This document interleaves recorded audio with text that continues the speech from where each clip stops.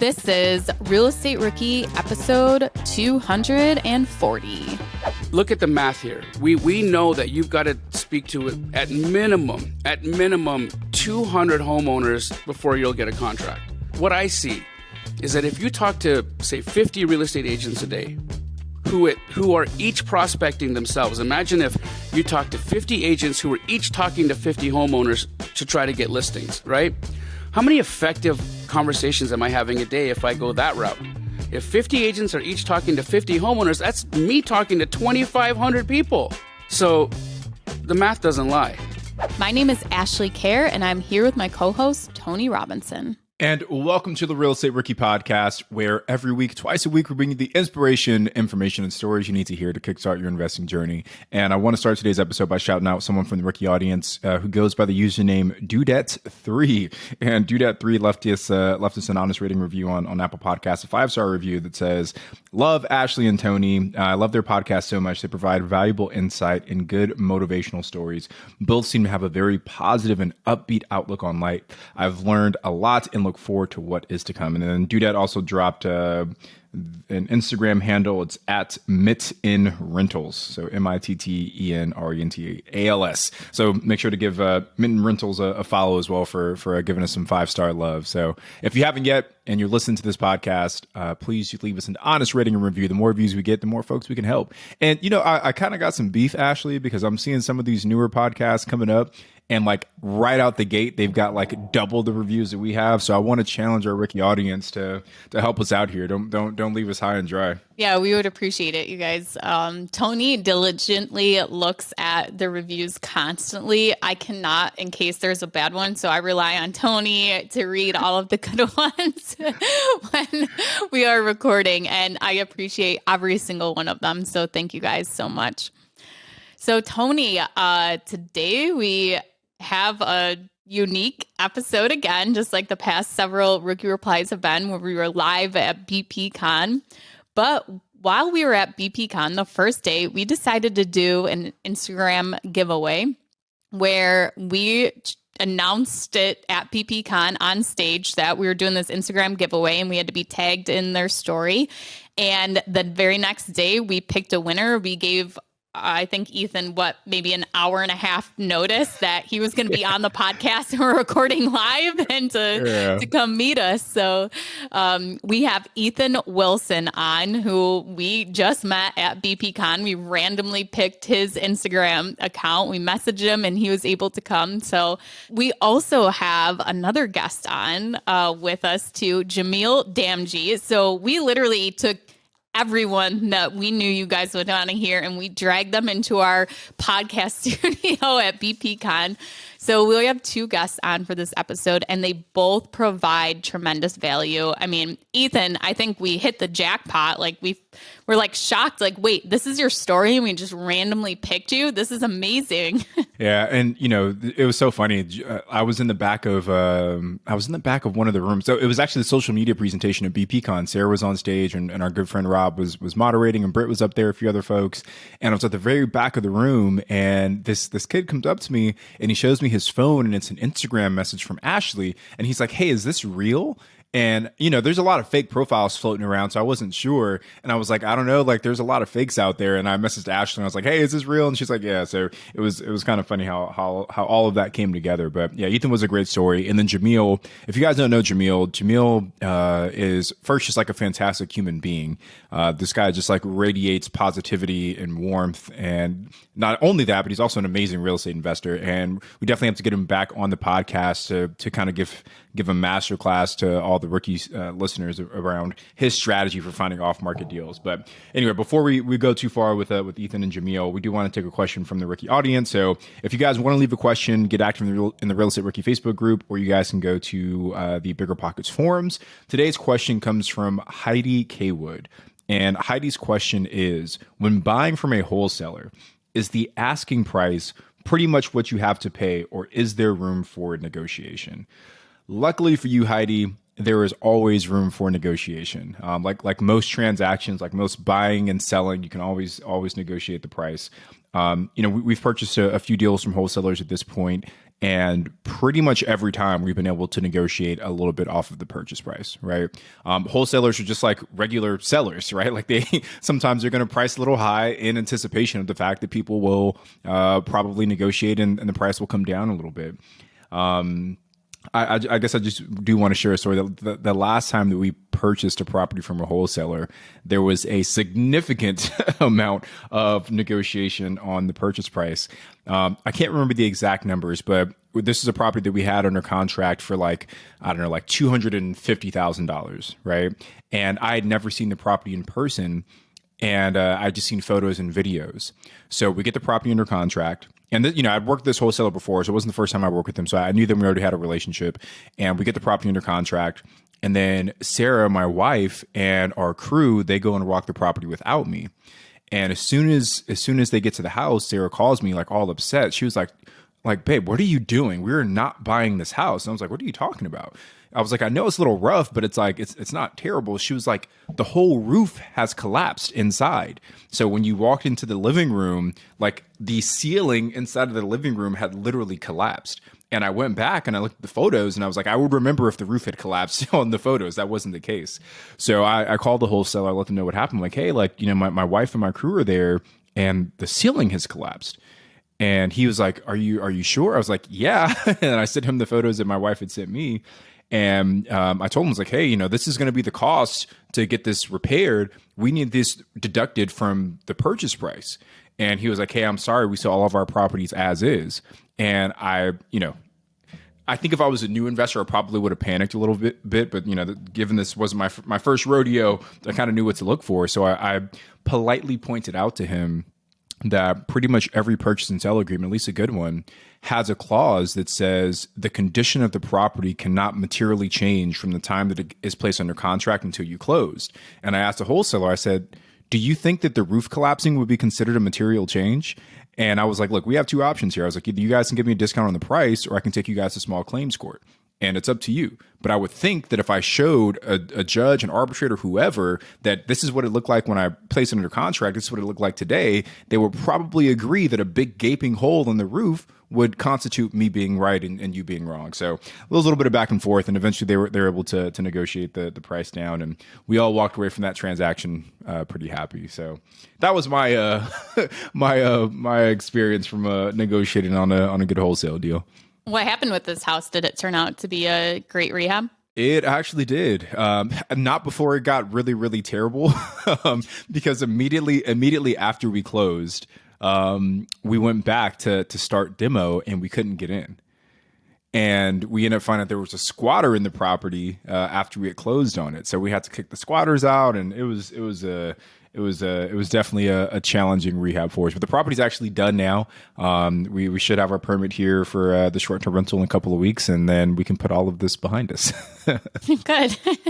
Yeah. Well, thanks for sharing that story with us, Tony. I think it gives a little bit of insight that even as an experienced investor, that things don't always go smoothly, and there are a lot of challenges that we all face every single day.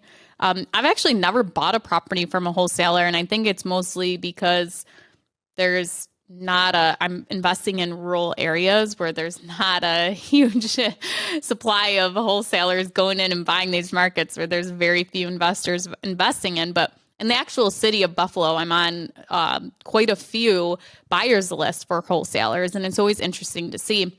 And I was at this meetup once where wholesaler came up to me and said, someone said, I need to talk to you that you buy in this area. And it was not even half a mile from my childhood home growing up. And I knew exactly where the house was. And so I'm looking at the address and I'm like, I know something about this house. What is it? And just by like Googling the address, it comes up meth house, meth bust, like people arrested, like all this thing. And I was like, oh yeah, that's why. So I messaged the whole, and like, I just want to say, like, I grew up in a very nice, like home life. Like I did not live in a bad area growing up. This was literally in the middle of nowhere. Like, my bus ride to school was like an hour long, but so this little house there had been a meth house, and it probably had been But when this happened, it was probably 8 years, 10 years before that. And the house has sat since then. And somebody has owned it. I don't know if it's changed hands or what, but with some place being a meth house, you want to have some kind of remediation. So I asked the wholesaler, has there been any kind of remediation on the property? And he had no idea that it was a meth house at all. So he's like, do you think you could send me that information you found? And this was literally just by me Googling the address. All this stuff came up, and it was just kind of a shock to me, like, oh my gosh, wholesalers don't even Google the properties that they're trying to sell just to see any kind of information that's out there that definitely could kind of benefit them before even putting the property under contract. And so I've kind of followed the property a little bit, and I'm assuming they canceled the contract because I never saw that it changed hands at all from the current owner. Yeah. I mean, so would you have bought the house at the right price? Actually, yes, because I looked into the remediation of it. And like, it was just like mold. Like, people are scared of mold. I used to be scared of mold, but now that I work with this great mold company, I've bought in a couple houses now with mold, and they come in and do the removal, and it costs money, but I know what to budget for it. So yeah, you just have to budget for it. But what he had it under contract for, he eventually told me what it was after I said that I wasn't interested or whatever. And he wasn't even trying to make that much off the assignment fee, but yeah, he couldn't move because he didn't know when he went into it that it needed that remediation. So yeah, and that just makes me think, like, if you can, when you're working with the wholesaler, if you can put off submitting your EMD until you have like had a chance to like walk the property, that's always ideal. Like that scenario that I shared with that wholesaler, they have a non-refundable EMD. And I want to say it wasn't a small EMD. It was like $15,000 or $20,000 we put up as EMD. So, and it was non-refundable for the moment that we wired it in. So that's why I had to like threaten them with like litigation to get, to either get my EMD back or for them to discount the price. But if you can, when you're dealing with the wholesaler, if you can walk the property first, get a sense of what might need to be done to it before you submit your EMD, you'll have a little bit more flexibility there as well. yeah, I smirked when you said, it was only $15,000, $20,000. Like, the last property I put an EMD down, it was $2,000. Wait, let me share one story about, I think the best return on EMD that I've ever gotten. I don't even know if that's a phrase, return on EMD, but this is what it was, right? So we, everyone knows we have cabins in the Smoky Mountains, and we bought a bunch in 2020 or 2020 and 2021. Like, we haven't purchased anything in 2022 yet, but we got a new construction cabin under contract at the end of 2020. It was like December of 2020, and it was a $2,500 refundable EMD, fully refundable EMD, $2,500. The cabin, I think we got it under contract at like $780 is what we got under contract for. It was supposed to be done in the spring of 2021, so like 6 months after we put that EMD down. Well, supply chain issues, labor shortage, I don't know what, but it got pushed from spring of 2021 to fall of 2021. And then from fall of 2021 to winter or to spring of 2022. And from spring of 2022 to fall of 2022. So we're actually just now closing on that cabin in about 30 days. But here's what's happened over that time frame. The cabin is in a new development of short-term rentals. So I think altogether there's 22 cabins that were built in this one development. Well, out of 22, my cabin was number 21. So 1 through, 10, 12, 15, my cabin has already been built, like the same exact floor plan. And some of those cabins have already sold. And my cabin under contract at 780, the exact same cabin sold for 1.2. So we built, what is that, almost $400,000 in equity on a $2,500 refundable EMD. So it was crazy. That's like the best EMD I've ever put down in my life. I remember we had a guest on who was doing that in Austin, Texas with new builds. Yeah. And he would, like, as soon as it was a new development, he'd put a deposit down. It was like $1,000 to have it built. And by the time it was actually built, they put in so much equity, and he was doing this every year and house hacking it for a year, then going on. And as soon as he closed on that first one, he'd go put a deposit on for one for the following year. And since these were like the first houses in that development, by the time people were coming into phase 2 to buy them, they were paying more than he had paid for that phase 1. Yeah. Super interesting. Yeah. Okay. Well, today, let's get into our actual guests that we have onto the show. So you can meet Jamil, and you probably have heard him on The Market, the podcast. Tony and I like to joke that it's the second best podcast, and we're number one, but it really is truly an amazing and informative podcast. So if you guys haven't subscribed yet, you really should. And then also we have our winner on Ethan, and I'm not even going to say anything about him as to what he's been going on, except that he is very young and fresh out of college and is doing amazing things. So make sure you guys check out this episode. Ethan, welcome to the show. So we also have Jamil here with us from the On the Market podcast. So this is a super special episode that we are recording live here at BPCon. So Ethan actually won a giveaway that we did on Instagram. We decided to do this yesterday, and he was our chosen winner, the lucky one, and we are so honored to have him here with us. He just gave us a 30-second little spiel of what he has going on, and we are already amazed and can't wait to hear more. So Ethan, you can tell us a little bit about yourself and how you got started in real estate, please. Yeah, well, thanks first and foremost for having me. I'm honored and grateful to be a part of it. So I'm 23. I started my real estate journey just a year and 4 or 5 days ago. Closed on my first single family house down in Huntsville, Alabama. I was in college at the time. I was a busy guy running around. I was playing soccer, taking graduate classes, coaching, and trying to make it through school and everything. And the opportunity came up to get the house just in the neighborhood next to the college. So I got it. I rented out to my roommates, who were my former teammates, and they paid my mortgage and a little extra. I fell into a good group of people. I'm a big fan of BiggerPockets. I found Cody Davis and Christian Osgood on BiggerPockets. Listened to their podcast. Loved their story. Loved what they were about. It really spoke to me, resonated. So I joined them, joined their mentorship. And like I said, got around a really good group of people. Learned a ton over the past couple months.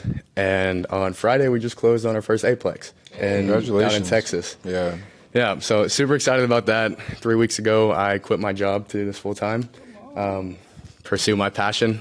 Real estate's just what burns my fire, and it just wasn't in the jobs are dangerous, as they say. It's comfortable. It's easy to get stuck in the 9 to 5 and just do real estate on the side as I planned. But I'm young. I took on the risk and took the leap, and I'm loving it. Under contract for a 6-unit outside of Knoxville, Tennessee, and going from there. Dude, first, congratulations, man. Like at 23, I think I was working at like Foot Locker. So you're like doing some amazing things, brother. I appreciate it. So what's next? Like, so you quit your job, you're going full time, you got a few small multis. Like what is the goal for you? Yeah. So one of my buddies, Eddie from Nashville, we've been best friends. We've always been hustlers together. We'd work our internships, and then immediately after go and start doing landscaping, hauling, moving, stuff like that. And saving up our money. He started a business. I bought my first house. Next, he's gonna leave his job soon. I left my job. We're gonna go together in real estate and take it on together. He's more of a flipping guy. He flips couches, and he wants to flip houses. He's gonna be the capital. Yeah, exactly. What's the difference between a couch and a house? But he'll be the capital provider for my long-term opportunities, and in the meantime, find private investors to come in with us. So being so fresh and so new at doing these first couple deals, what's your one piece of advice for a rookie listener right now? Jump in, whatever you think that obstacle is. It's probably not as real as you think it is. My obstacle was just the lack of knowledge and just the fear of not doing it. I think a lot of people struggle with, and this is all over BiggerPockets, I know, but analysis paralysis. And, I read Rich Dad, Poor Dad years ago and started studying, analyzing deals, looking at all this, what am I going to do? And I finally pulled the trigger. And, if I had done it earlier, maybe I'd be somewhere different, but live with no regrets. And that's my advice. Just jump in. Well, super cool. And thanks so much for coming on the show. Ethan is actually going to help us co-host today as we talk to Jamil. So Jamil, welcome to the show. Thank you for having me, Ethan. First, it's evident why you're the chosen one, bro. So congratulations again. Just phenomenal work. And you know what? It was random. We got super lucky. Just Great super guest. random? Wow. I mean, I would have picked him. Really cool story. Yeah. So Jamil, tell us a little bit about yourself for anyone who doesn't know who you are. Well, thank you for having me, guys. I'm Jamil Damji, the co-founder of Keegley. In my opinion, the best wholesale operation in the country. We are franchised in 130 markets.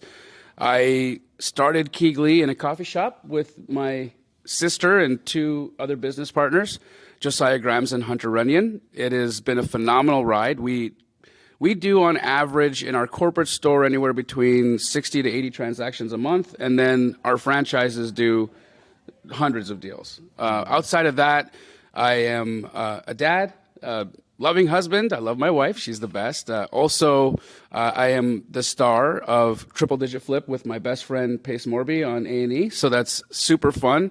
And on top of that, I am the leader of Astro Flipping, which is, again, in my opinion, the best wholesale community that exists on this planet.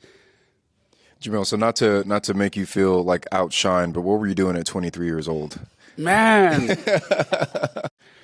I was working at Taco Bell. Yeah, I was working at Taco Bell. I had still had ambitions to be a doctor, so I was living my parents' dream at the time. You know, I come from an East Indian background, and for us, it's, you know, you either be a doctor or don't come home, right? That's like that's our life. And so I tried to get into medical school, and I failed at that. I did really well in the medical school entrance exam, had a near 4.0 GPA, and I bombed the interview. And so, you know, when I wasn't accepted into medical school, it was heartbreaking for me because I literally had done everything right. I was volunteering. I was, you know, all of the extracurriculars that you could possibly think of, I was doing. But then why do you think you bombed the interview? Well, was it like I was a young. subconscious thing where you... No, I was answering truthfully, and I think what ends up happening in those is people rehearse and they come in with like a pre-packaged. They tell the interviewer what they want to hear. I was very honest with what my ambitions were. I wanted to be a plastic surgeon because I wanted to make money, right? And so I was honest with the panel, and I was told that I was a little immature and that I should try to reapply again after some time. But that was a great candidate. Now, what's funny is that my cousin, who might be listening to this, sorry, I've been outing you as of late, but he cheated off me on the medical school entrance exam, and he got in. Right? So, and so, like, is he someone's doctor today? He's prescribing people stuff. And so, you know, when I think of that, it's like, you know, outside of the fact that I made the decision consciously to never let somebody be able to decide my destiny, and I think that was the moment. Yeah. Because I had worked so hard and somebody else could decide. And that's when I knew I had to be in a field where I was driving the boat, and that's what happened. I went from there into entrepreneurship. It was a bumpy ride. I got into a business at the time.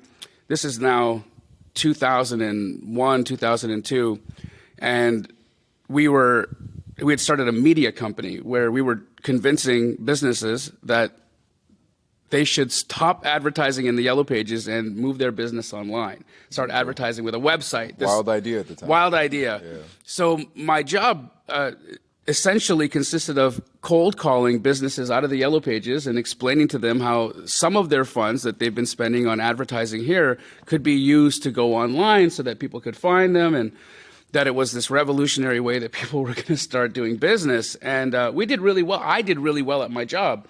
I was a phenomenal closer. I was selling these 5-page websites for $600 a pop. The problem is that my business partners hadn't really ran our costs right. And so every time I sold a website for $600, we lost $100. And so I did so well at my job that I put us out of business. And the beautiful thing, though, is that I was given proximity to my business partner, who was also in real estate. And him and his father were knocking down these old houses, and this is in Calgary, Alberta, and they would build new duplexes on these old lots. And they were having a problem finding more building lots. And so thus my real estate journey begins, because I basically interjected myself into a conversation they were having, and I came to find out that if I could just help them find some of these houses, I could make some money. So the next day I was walking my dog, called a for rent by owner, and the rest is history. My first wholesale deal, I made $47,000 after I paid the lawyer their piece, and never looked back. So I want to give you a chance to ask Jamil some questions too, because this is a great opportunity for you. But before, so Jamil, like if, you know, our audience are mostly rookies, right? Yeah. So if I'm a rookie and I'm terrified of talking to strangers and rejection, what are some tips you might have about cold calling and being effective with that? So here's the thing, right? They're strangers. And so what's going to happen? I mean, let's just think about it. Like, what is the worst that could possibly happen? Somebody is mean to you? You know, I mean, okay, right? So what? Somebody, and it's a person you don't even know that's being mean to you. And so, you know, I think that just understanding the reality of like what the fear is based off of, the fear isn't that someone is going to cuss you out or be, you know, be not receptive to your call. I think the fear is really, what if it works? Now what? Because you don't know what to do next, right? So many people get stuck, and then they think, well, I'm all alone in this. And that's why I'm just such a big proponent of being a part of a community. There's so many communities out there. I mean, BiggerPockets, for instance, is a massive community of helpful, wonderful people. You can get into the forums and you can talk to folks who are going through the same thing as you, and you can squat up with people and really help spread the burden of that fear out, you know? And I think once you start to talk to people who have walked that walk, who have literally done the thing that you're trying to do, and they're alive, nothing has happened to them, they may be richer for it, right? And so once you start doing that, I think that the imaginary fear dissolves, and then life opens up. Yeah, I love that. I want to back up first and say I love what you said about the entrepreneurial mindset. Yeah. You know, like I don't want to give my time to anybody else. I'd rather work 80 hours for me a week instead of 40 hours for somebody else. So that was always the mindset getting into something like this. And that's a great question from you, the cold calling, because that was one of my biggest problems was, you know, picking up the phone and just calling somebody. I didn't know who they were. I didn't know what they did. I didn't even know if it was the right number. Right. And I didn't know who's going to pick up. So I'd call and be like, hey, at first it comes off super salesy. I don't even know what to say. But I think you hit it on the head with joining a group. I said this already before, but I was in a great group. There's guys younger than me. They're 19 years old, Caleb and Chucky in the multifamily strategy group. They are just wheeling and dealing. And it's good to have those people who are ahead of you.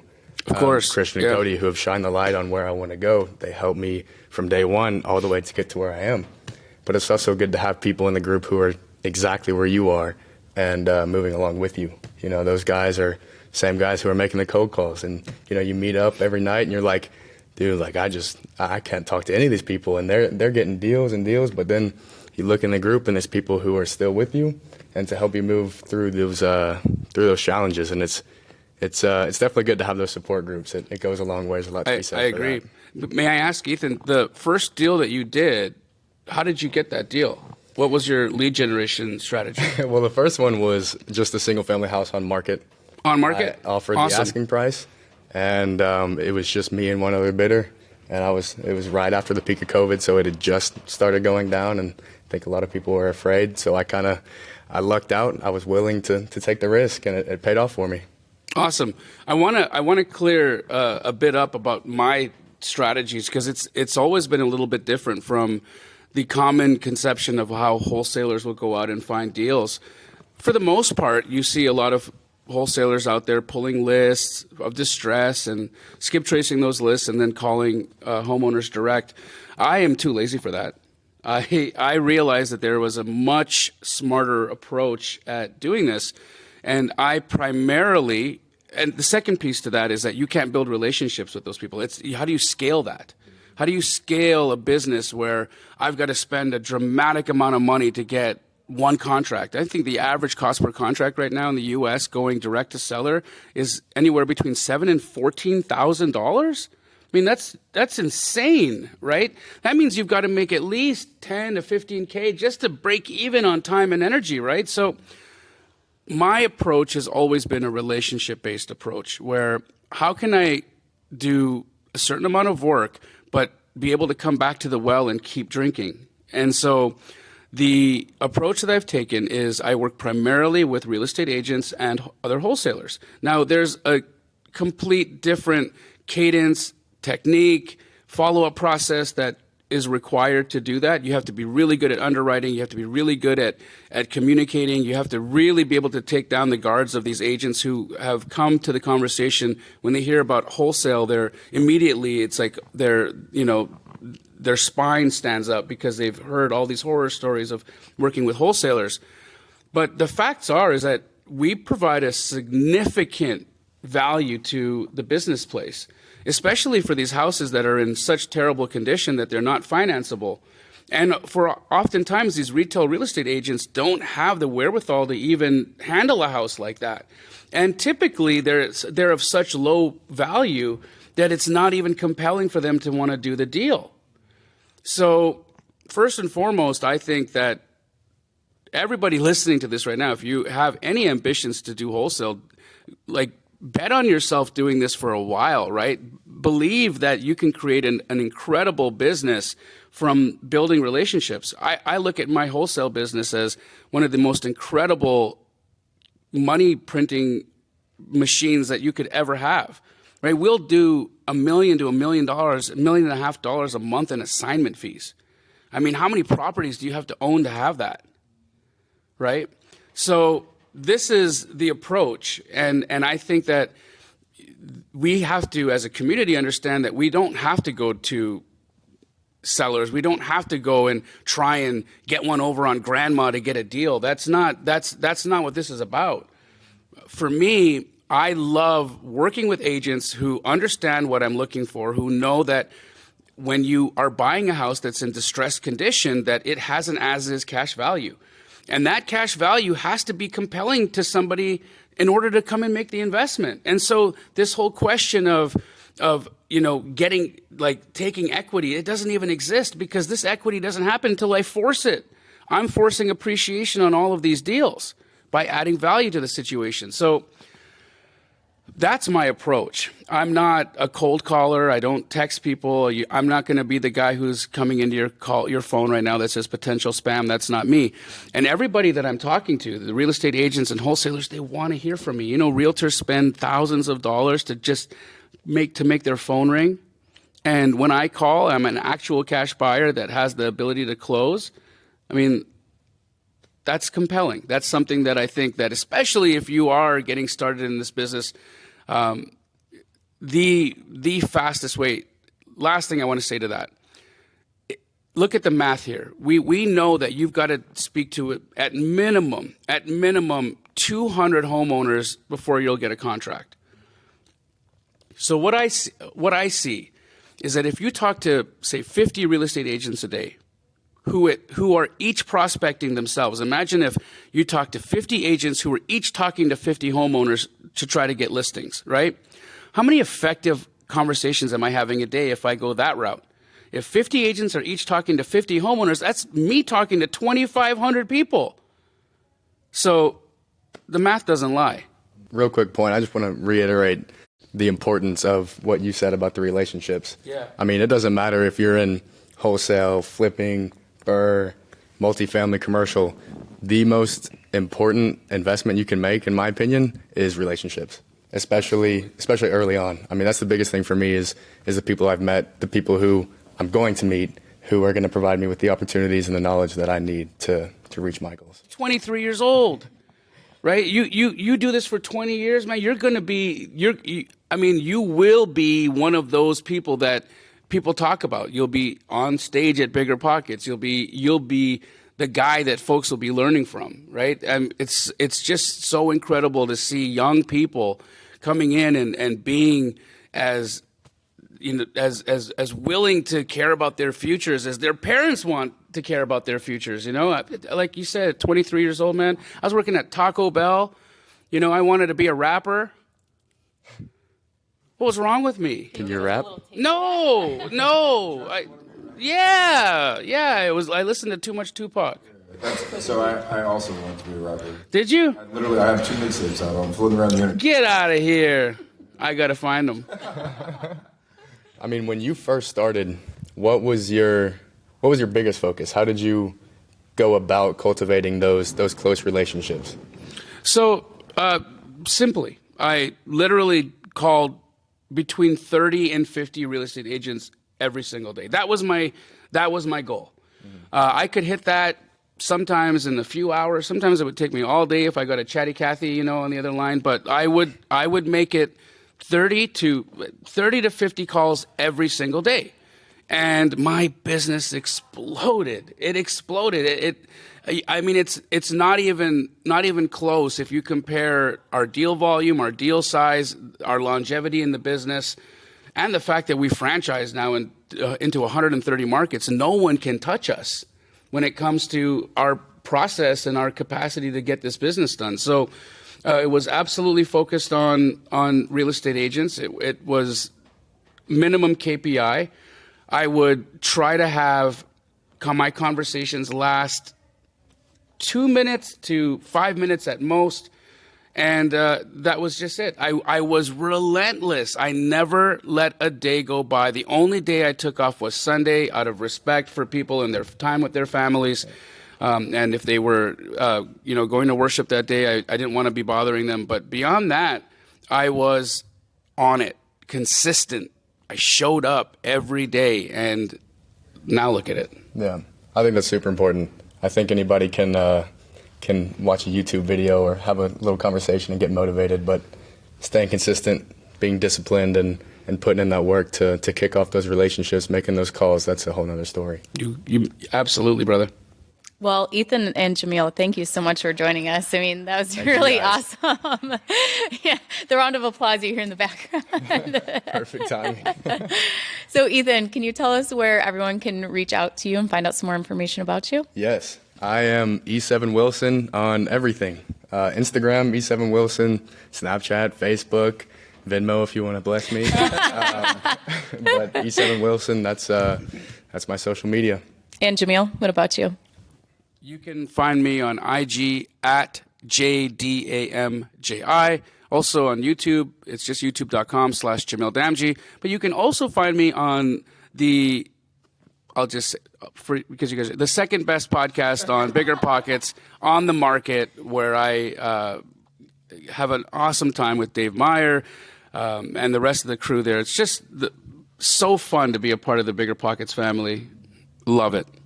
Yeah. And one more thing, I think I speak for you guys as well. Please do reach out to me. Reach out to these guys. I mean, everybody who's here is very willing to have a conversation in the DMs, on a phone call, if you can find the phone number. I mean, if you're ahead next to us or beneath us, I mean, everybody's in their own path and wants to help each other. So please do. Well, thank you guys so much for joining us. We really appreciate it.